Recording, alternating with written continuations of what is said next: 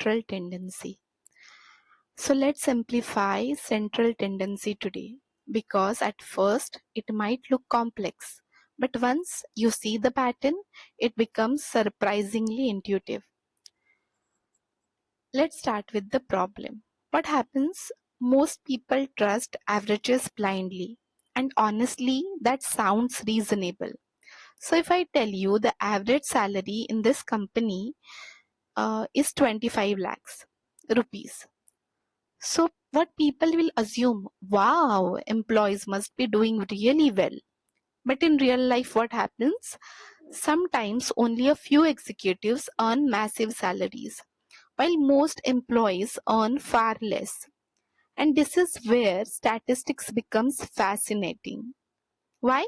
Because averages can tell the truth or completely hide the reality. Interesting, right? So in real projects, data scientists constantly summarize data. Average customer spending, average delivery time, average hospital wait time, average engagement. But most beginners don't notice this at first.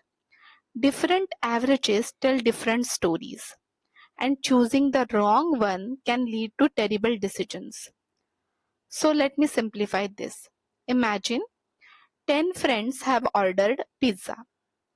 9 people eat 2 slices only, and one person, he ate 20 slices. Now, if I'll ask you, what's the average slices eaten? The average suddenly looks much higher than reality for most people.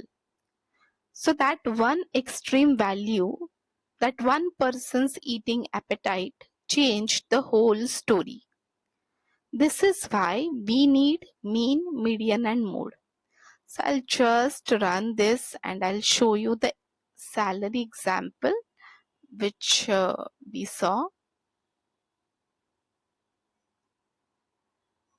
So meanwhile it is running.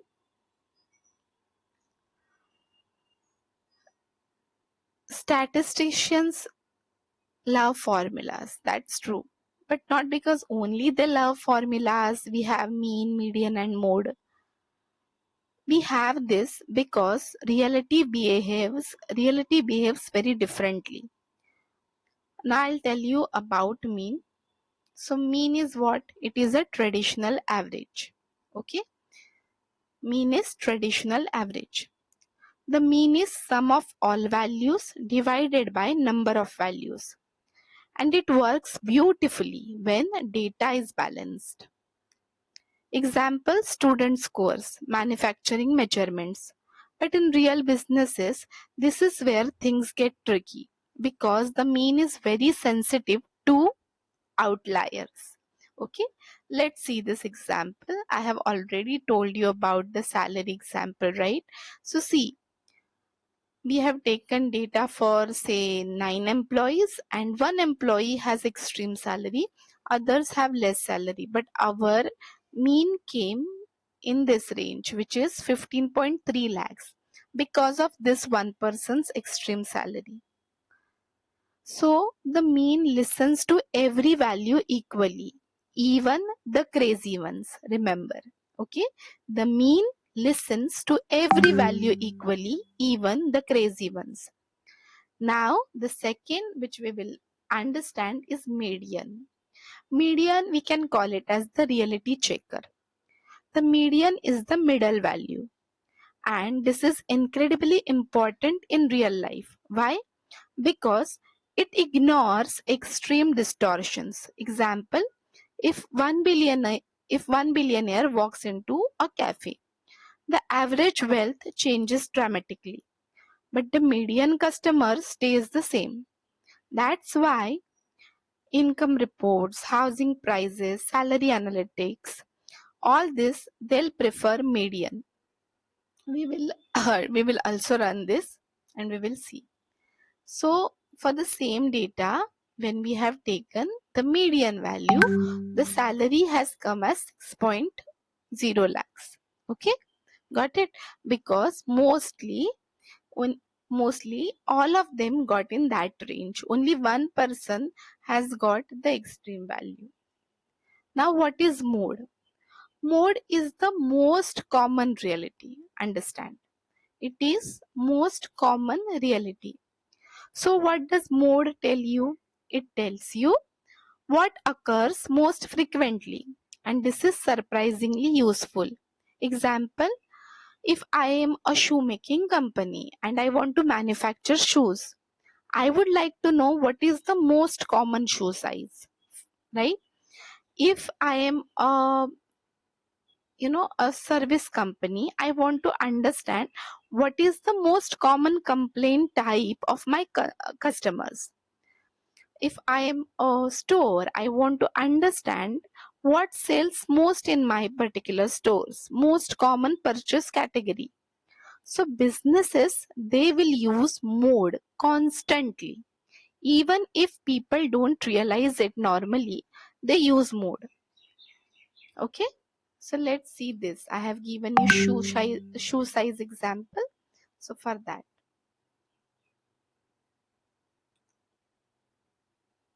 so you can see what is mode. The mode is 8. Now we will go ahead and check outliers. I'll just run this. Outliers are extreme values. They are the game changers, story changers, and they are dangerous because they can quietly distort conclusions. For example, if I will have in future one viral YouTube video that will change the story narrative of the channel. If a store has a one massive customer purchase, then that particular day's sale will be different, right? One fraudulent transaction will change the story. So such things are outliers and they make the averages explode. So experienced analysts never trust averages blindly. They first ask the one question, that is, do we have outlier here? Is an outlier hiding here? So I'll give you one business case, a salary versus reality. You can see in this particular graph, we have outlier here and all the data lies in this range. We also have outlier here. Okay. So we have to keep a check on such values. So I'll give you one business case, salary versus reality. And we will make it painfully real. So imagine if it is a startup. The CEO is having the salary around 1 crore rupees. Founders, they earn 50 lakh each, and employees salary is 6 lakh rupees. Now the company will claim that average salary given by this startup is 18 lakhs rupees. Technically, is it wrong? No, that is right. That is correct number. But emotionally, it is a misleading number. And this is why median often reflects reality better. Now I'll give you one insight. So you can see this, the same example is plotted here, right? What is mean showing us? What is median showing us? Okay. And just pause and think. Now you can see here what is actually representing the employee's reality. And this is what we call statistical thinking. So understand this, statistic is not just math. What is it? It's a representation of the data. In real companies, choosing the wrong average can create bad policies, misleading dashboards, because we love dashboards, right? So dashboards should tell the correct story, and that's why we should use the correct metrics on the dashboard. And if we have misleading dashboards, it will lead to poor business decisions. So suppose I'll give you one example. Average delivery time. What does it do? It hides delayed customer. If I'll do math and say my average delivery time is 30 minutes.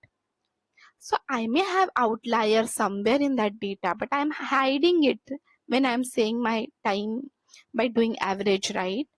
If I say my average app usage, then what does it do? It will hide my inactive users. Whenever I'm using average, if there are outliers, I'm hiding them. If I'm using average revenue term, it is hiding what? It is hiding power customers.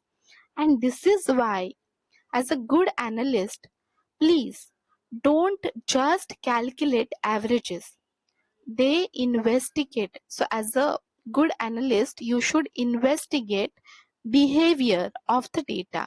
Now I will tell you some common examples, some mistakes which beginners do.